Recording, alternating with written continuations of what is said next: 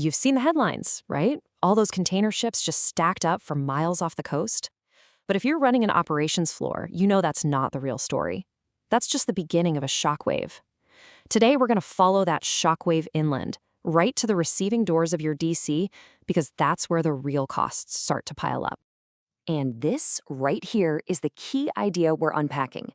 The news loves to focus on all that drama at sea, but for anyone actually running a distribution center, that's just the prelude. The real crisis, that hits when a week's worth of freight that's been delayed shows up all at once on a Tuesday morning, and your entire operational plan just shatters. So to put this in perspective, let's start with a number, a big one.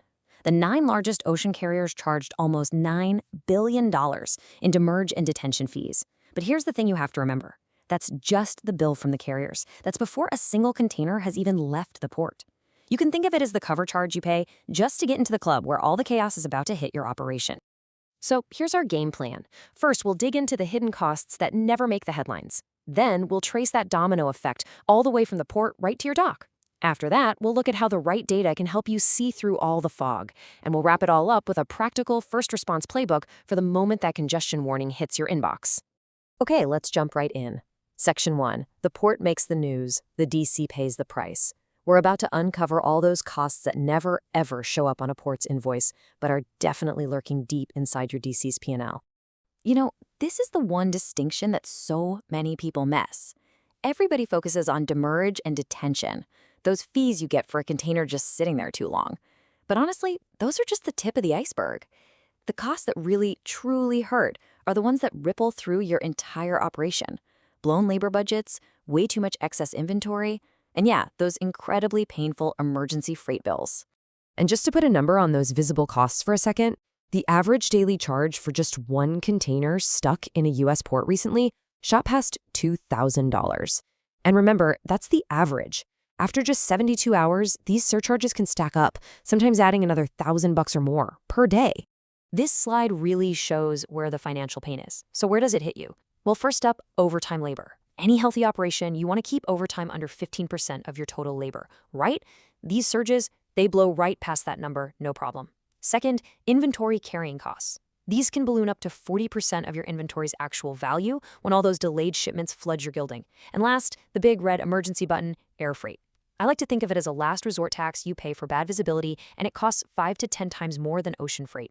It's an absolutely painful choice when you're staring down a stockout. So how do all these costs even build up? Well, that brings us to Section 2, the inbound cascade. This is where we're going to trace how one single problem at the port starts a devastating chain reaction that lands squarely on your receiving team's shoulders. It's a totally predictable chain reaction. First, the port backs up. So what happens next? The rail ramps get clogged.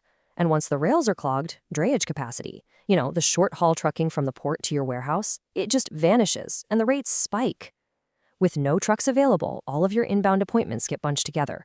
This completely overwhelms your dock doors. And bam, that's the moment your carefully planned labor schedule just breaks.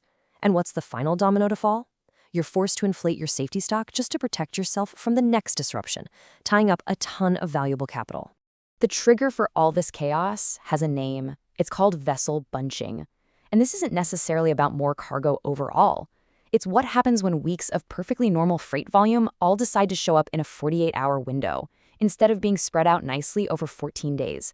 The terminals, they're just not built to handle that kind of intense compression.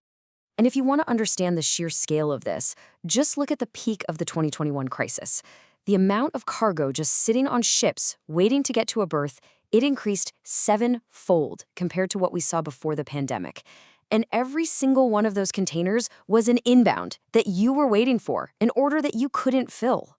So yeah, the problem can feel pretty overwhelming. But that brings us to our third section, seeing through the fog. Because your best defense against all this chaos is crystal clear. You have to use better data and business intelligence to fight back against the volatility. Now here's a really crucial point. Not all data is created equal. That standard ETA, the estimated time of arrival that you get from a carrier, it's often static and completely unreliable during a disruption. But on the other hand, you have predictive ETA models, which are about 30% more accurate. They don't just tell you when a shipment might arrive, they can actually show you the why behind a delay. Is it port congestion or was there a typhoon? That context, that's everything when you're trying to plan.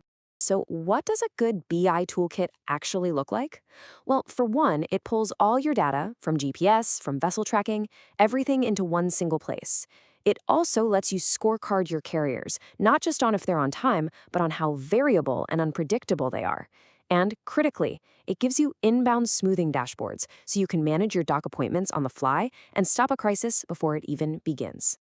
And that brings us right to our final section, your first response playbook.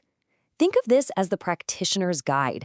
Forget about the policy papers. This is what you, the DC manager on the floor, can do today when you see that warning on the horizon. Okay, here it is, your immediate checklist. First move, close that visibility gap with better data so you can actually see the problem coming. Second, start smoothing out your inbound appointment calendar now to de-risk that inevitable surge. Third, build a temporary flex labor plan before the trucks start piling up in the yard. Fourth, review the safety stock on your fastest moving items. The ones that are going to hurt the most if they stock out. And finally, get on the phone with your buyers. Flag the purchase orders that are most at risk.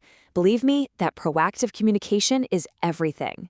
So we'll leave you with this question to think about. The next time you see an updated carrier ETA pop up, how are you gonna see it? Is it just another piece of data you file away? Or is it the very first signal of a problem that you need to start solving right now? Because making that shift from a reactive to a proactive mindset, that's the only way you can truly defend your operation.